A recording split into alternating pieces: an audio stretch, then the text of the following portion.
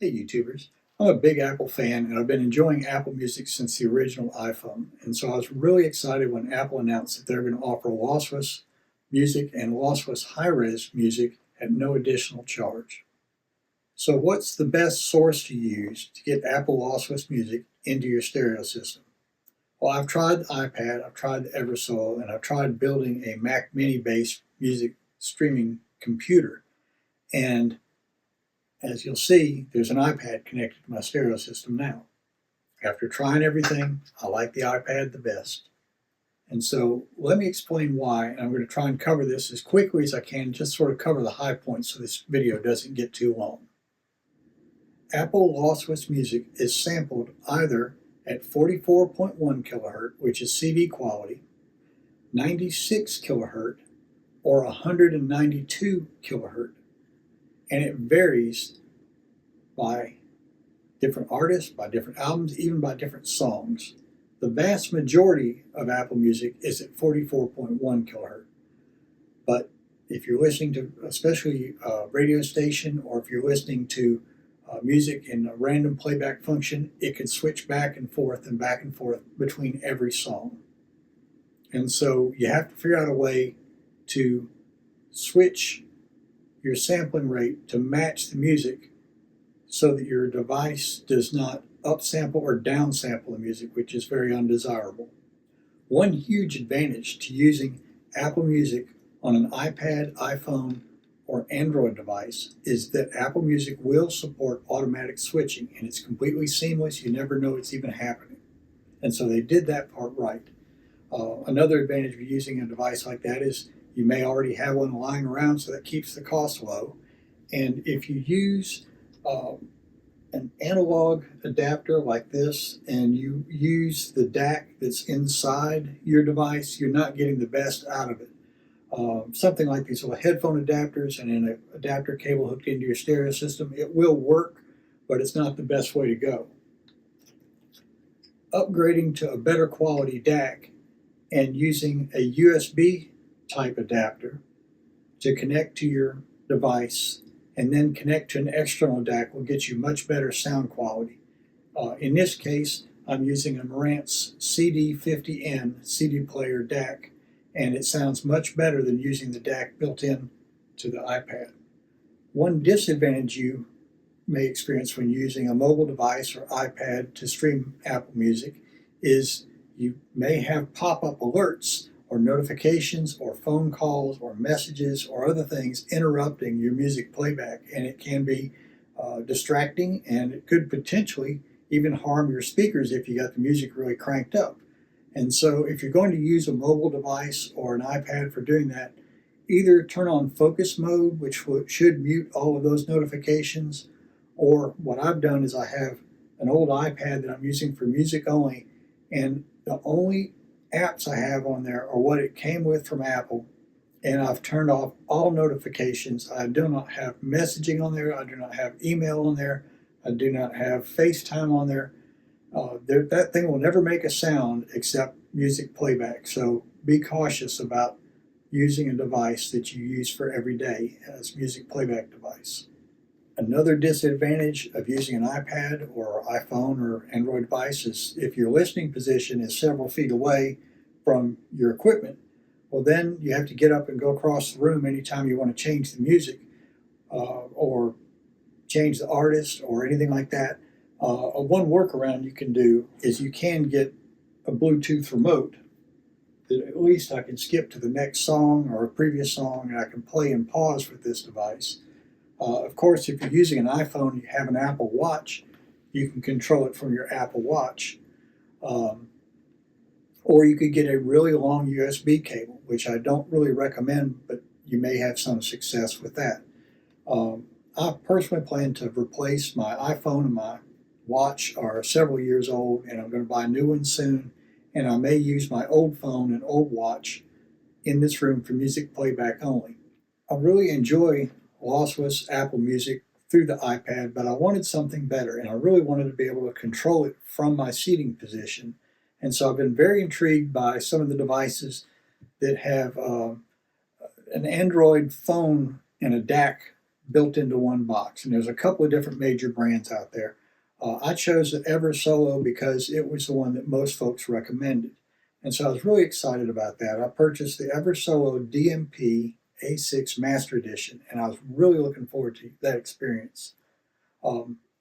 It was mostly good, but it came with some frustrations, and those frustrations combined with the price tag made me send it back. On the pros, the Eversolo appears to be a very well-built piece of equipment. I like the design, I like the construction quality. It was easy to set up.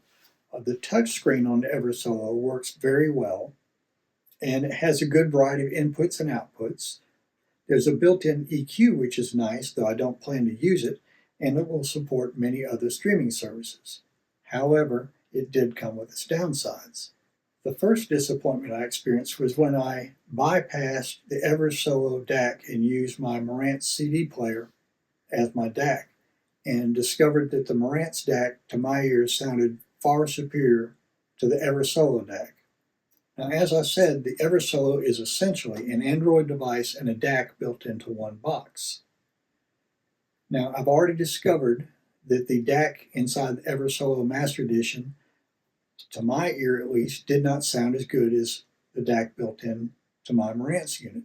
So I'm bypassing half of the Eversolo already. Another concern I have is that Eversolo unit is operating on Android 11. The current version of Android is Android 15. I have no guarantee that Eversolo will upgrade beyond Android 11, and I have no guarantee that Apple Music will continue to support Android 11 into the foreseeable future. My last disappointment with the Eversolo unit was its app. One of the main reasons I was looking forward to getting the Eversolo is the prospect of sitting in my listening position with an iPad or iPhone and controlling the Eversolo and my music playback remotely. Now, using their app to control the Eversolo core functions worked pretty well, but using the Eversolo app to change playback parameters in Apple Music was a nightmare. The app would lock up, it would pixelate, it would fall behind to the point that it would still be displaying a song I listened to 15 minutes ago on my iPad, and it would no longer connect to the Eversolo unit. Now, I tested my Wi-Fi in this room, and I'm getting over 700 megabits upload and download on my iPhone. So this is not an internet issue. This is an app issue. And if you'll go to the Apple App Store and look at the Eversolo app, you'll see that it gets mediocre reviews. So given that this is a $1,300 device and I'm already bypassing its DAC, I have concerns about the future viability of its Android operating system, and the remote with the iPad did not work, in my experience, as I had hoped. The Eversolo unit went back. So the final chapter in this saga is I thought I would try my hand at building my own Mac Mini music server for streaming Apple Music. I purchased a new Mac Mini, a 2 terabyte external SSD drive so I could download the music and play it back locally, a portable 15-inch LCD monitor. I already had keyboard, mouse, etc. I also purchased something called a Luna display, which is a little device that plugs into the back of the Mac Mini and allows the Mac Mini to run in headless mode. There's a Luna display app you install on the Mac Mini and a Luna display app you install on your iPad or iPhone, and it then allows you to see the screen of the Mac Mini on your iPad or iPhone. And so I knew there were going to be some challenges to this, but they turned out to be more frustrating than I anticipated. So I connected the portable display to the Mac Mini, set up the Mac Mini, got all of that configured, got Apple Music up and running. I turned off all notifications on the Mac Mini, and I set the display on the Mac Mini to never go to sleep, since once everything was up and running, it was not going to have a physical display connected to it any longer. One of the challenges I knew I would face is having a keyboard. I'd either have to have a Bluetooth keyboard over by my listening position to type in artist names, what have you, or use the assistive virtual keyboard built into the Mac operating system. It's a keyboard that displays on the screen, and you tap in your letters. And so I found that both the physical keyboard and the assistive keyboard came with their pros and cons, but that was surmountable. Another challenge I knew I would have to overcome is the fact that even though Apple Music has been available lossless for many years now, the Mac OS operating system does not support automatic sample rate switching the way the Mac operating system on the iPhone and iPad do. It's a huge oversight. I don't know why Apple has not addressed this yet. But I had two solutions I was going to try. The first one is an app called BitPerfect. It's $9.99 in the Apple Store. And it is supposed to automatically switch the sampling rate to match each song in Apple Music. Unfortunately, it has not been updated since 2019, and I was unable to get it to work reliably on the Mac Mini or on the MacBook Pro that I connected it to.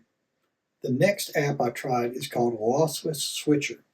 It's a free download from github.com, and it did automatically switch the sampling rate for each song in Apple Lossless Music. And it has an added feature that it displays the current sampling rate in the toolbar up at the top of the screen. Unfortunately, it has a small, I guess you'd call it a glitch to it, that the developer is aware of and unable to resolve. Sometimes on some music, at the beginning of the song, there's an audio dropout while Lossless Switcher changes the sampling rate. And I just found that to be very annoying. I hoped it might be minor and I could just sort of learn to ignore it, but it's really frustrating, especially when you have music that opens with a big crescendo and there's this little dropout at the beginning. That was sort of the last straw, but there were other frustrations that also came up. When you have Apple Music displaying the album artwork full screen as you see on the iPad here, when you do that in a Mac operating system, it has a feature called Visualizer, and it's sort of like a dynamic wallpaper that moves in the background very slowly. And that would make the video signal in the Luna display pixelate, and I could not find a way to turn that off. So I thought, okay, I'll listen to music without the album artwork displayed big. I'll have one of the other interfaces for Apple Music displayed instead. And I still had issues with pixelating over time. Initially, everything was very responsive and playback was great, but over time it would get pixelated and sluggish. And so in the end, given that there's not automatic sample rate switching in Mac OS, having a remote iPad as a screen turned out to be disappointing and more frustrating than I anticipated. And the expense, the Mac Mini rig ended up costing me about $700. I ended up sending it all back. And both the Eversolo and the Mac Mini had the potential to be the ultimate streaming devices, but both of them introduced so many minor frustrations that I ended up going back to the iPad because it just works.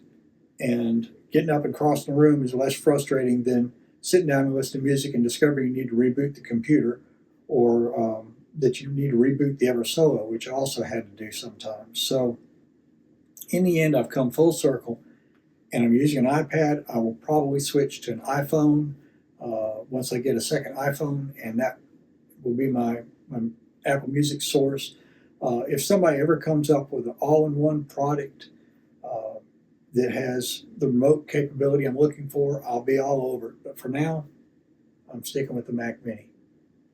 Thank you for watching. If you have suggestions on how I might solve some of the problems I encountered, please put them in the comments below. Maybe I can still build the ultimate Mac Mini server. Maybe I just didn't try the right approach. If you found this helpful, please like and subscribe. Thank you.